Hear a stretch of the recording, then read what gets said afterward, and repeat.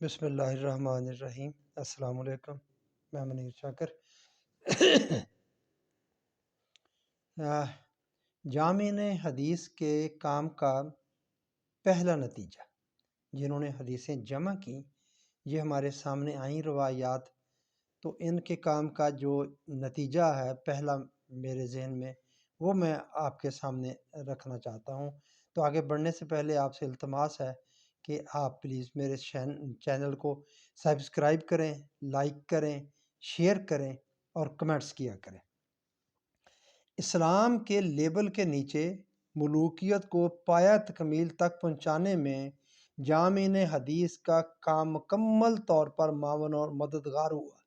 Label اسلام کا ہی رہا، اس کو نہیں بدلا گیا، مگر اس کے نیچے نیچے کیا ہوا، نام اسلام کا رکھ کر کیا ہوا کہ مکمل طور پر خلافت ختم ہو گئی اور ملوکیت، موروثیت یہ قائم ہو گئی۔ آپ سمجھتے ہیں کہ حضرت علی رضی اللہ تعالیٰ عنہ کے بعد میر معاویہ رضی اللہ تعالیٰ عنہ کے وقت، اس وقت یہ یزید کے وقت یہ ملوکیت موروثیت شروع ہو گئی۔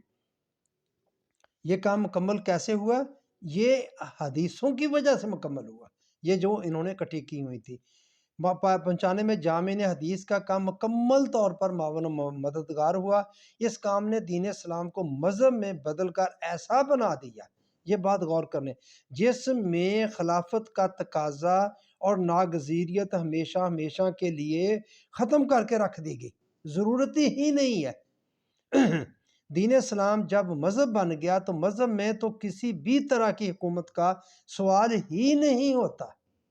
مذہب میں یعنی کسی بھی طرح کی حکومت مذہب کی راہ میں رکاوٹ نہیں بنتی، اور نہ ہی کسی مذہب سے کسی حکومت کو خطرہ ہوتا ہے۔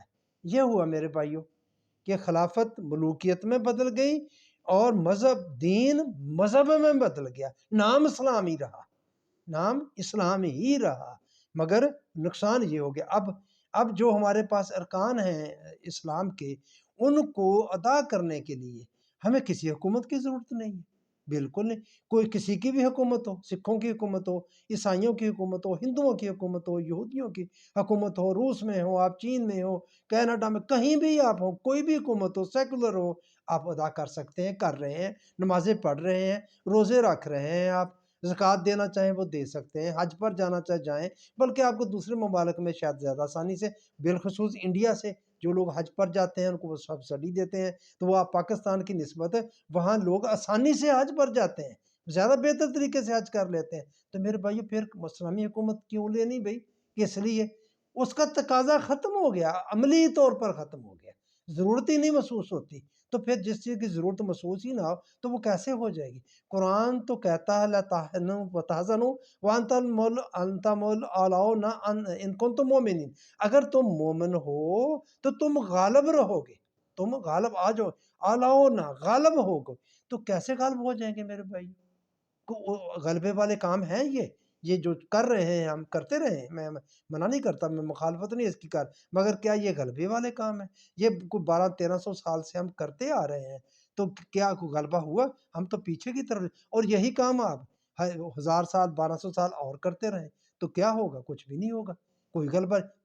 قرآن کہتا ہے کہ تمہیں غلبہ ہوگا اگر تم مومن ہو، مومنوں کو غالب ہونا چاہیے تھا۔ ہم تو دنیا میں پست سے پست ہوتے جا رہے ہیں، ذلیل تر قوموں کے ہاتھوں میں ذلیل ہوتے جا رہے ہیں۔ تو میں یہ بتانا چاہتا ہوں کہ یہ جو بات ہے جو بنا دی گئی ہے، جو اب مذہب بنا ہے ہمارے سامنے آیا، یہ روایات کی وجہ سے بنا ہے، یہ جو حدیثیں آئیں ان کی وجہ سے ہمیں بنا دیا گیا۔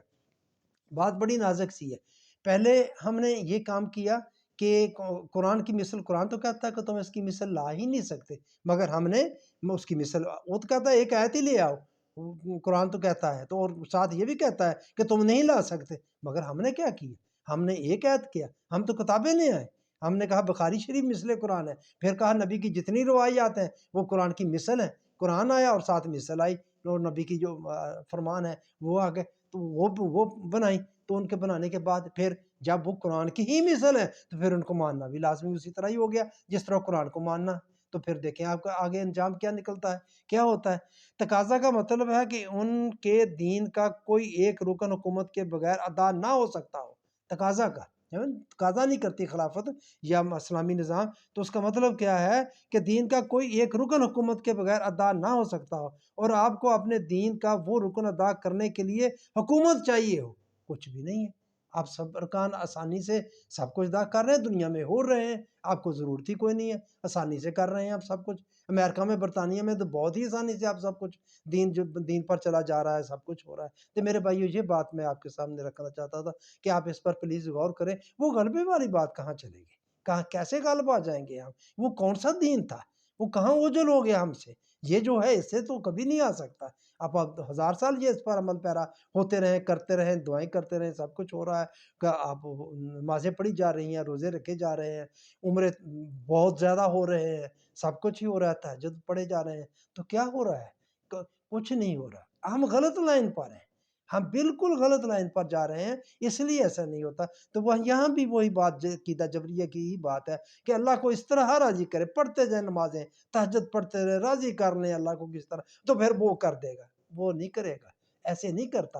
اس نے ایسا کرنا طے ہی نہیں کیا ہوا ہے۔ آپ نے کرنا ہے، آپ نے کرنا ہے۔ آپ کو وہ طور طریقے اپنانے پڑیں گے جو غلبے والے ہوتے ہیں، ان کا پتہ کریں وہ کون سے طور طریقے، یا جو غالب قومیں ہیں اس وقت، انہوں نے کیا کیا کہ وہ غالب آ گئے، وہ طور طریقے ہمیں اپنانے پڑیں گے، تو پھر ہم غالب آئیں گے۔ تو میں یہ بتانا چاہتا تھا۔ تو میرے بھائیو، یہ ہے اس کا، یہ ایک طرح سے پہلا نتیجہ جو آپ کے سامنے میں رکھ دیا۔